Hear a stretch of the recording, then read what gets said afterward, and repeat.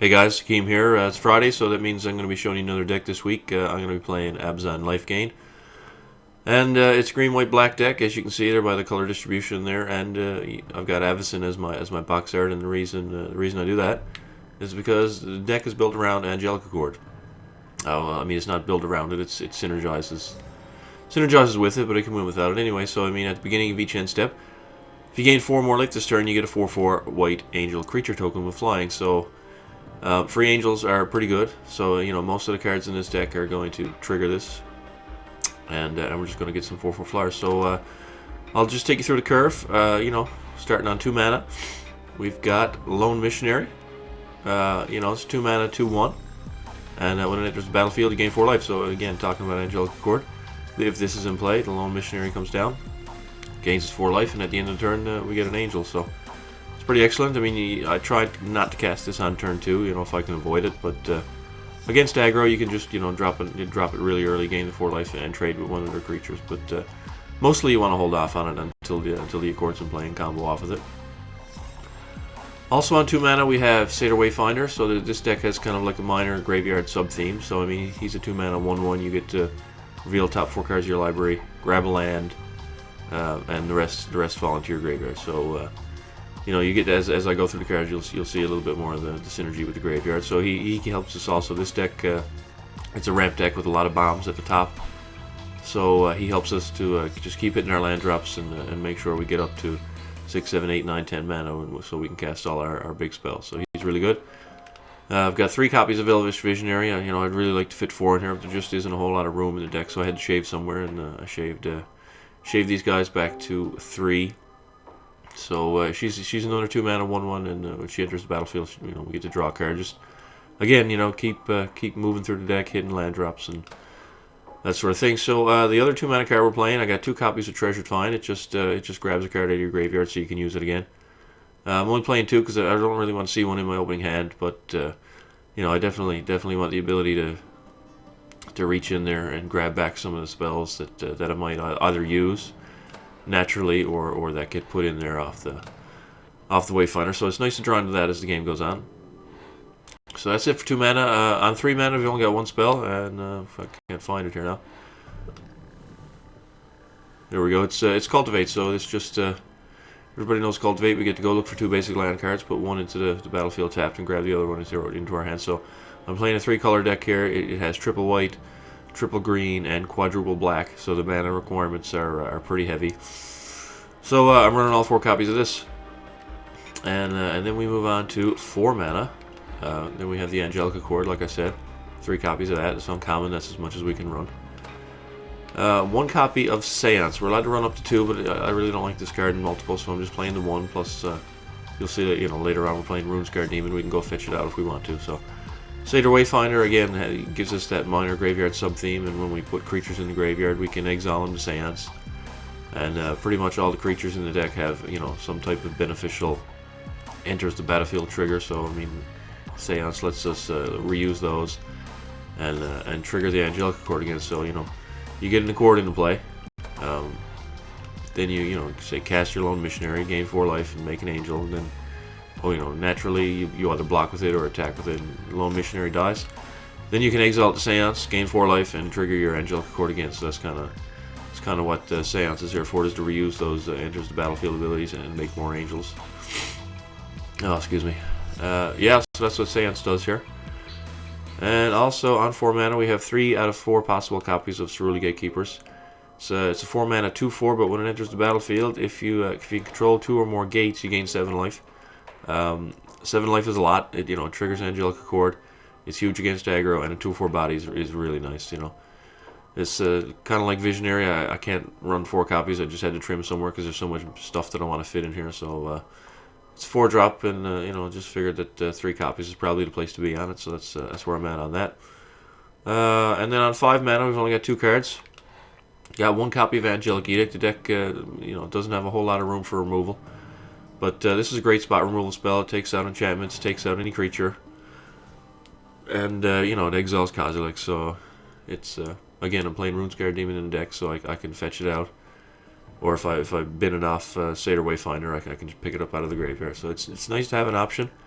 you know, to know that it's in your deck. But this deck isn't really all about the removal, so just one copy of that is fine.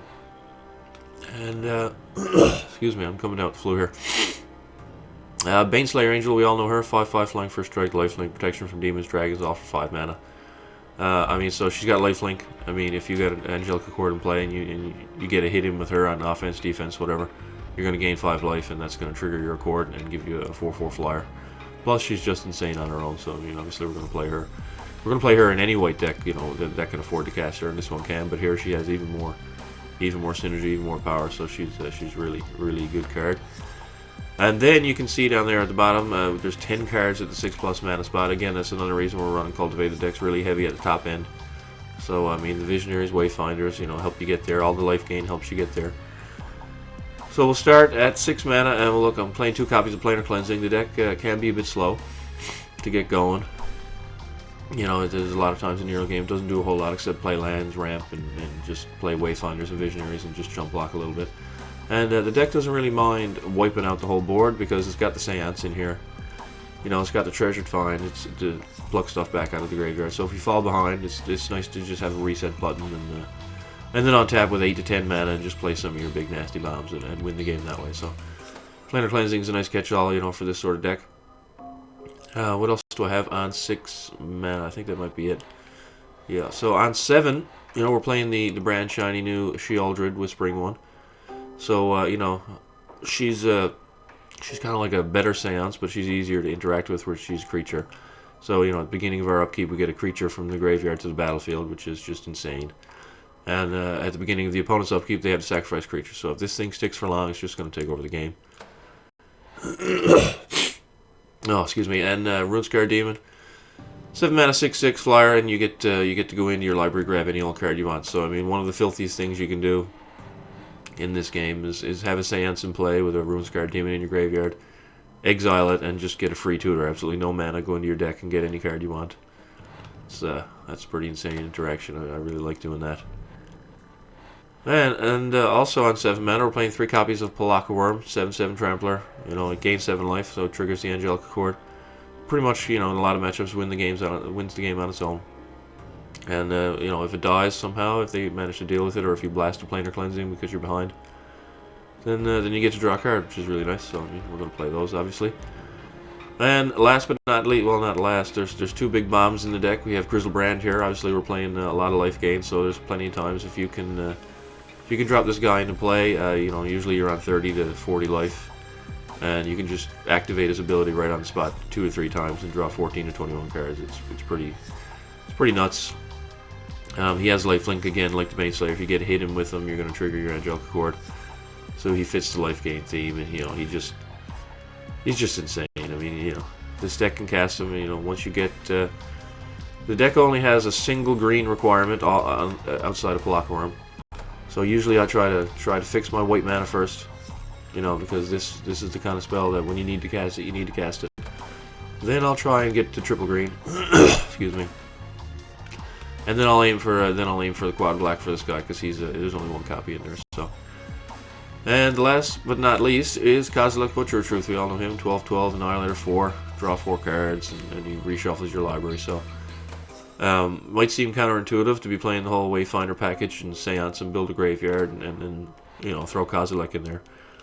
But this deck, you know, it's in it for the long haul, and knowing that you can get down through your deck and have a reshuffle is pretty important. You know, you can blast the Planar Cleansing, and knowing that you're going to shuffle all that stuff up. You know, games with this deck can sometimes, you know, you just hit your Angelic Accord on 4 and you go ahead and, you know, just trigger some angels and win that way. But you know, there's a lot of other games where you just play the attrition matchup, and Kozilek is really good there. You either put him into play and he wins you the game, or they deal with him and you get a reshuffle and kind of start all over again.